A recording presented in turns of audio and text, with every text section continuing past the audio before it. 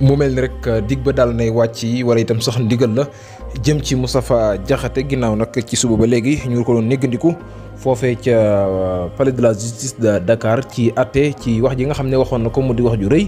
joo xam ne daf ko boole woon Sénégal yi voteel Pastef yëpp rek mu di rek képp koo xam ne woteel nga Pastef da ngaa torox moom nag jamono ji yoon daal na koy teg ab daan mu di rek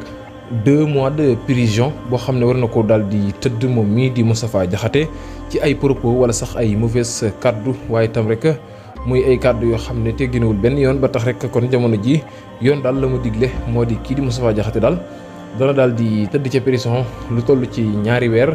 moom mii nag di Moustapha Diakhaté ci ay propos yoo xam ne yëkkati woon na ko ñun ñëpp nag ñu ràññee ko saa bu nekk ñu koy baamtu mu di rek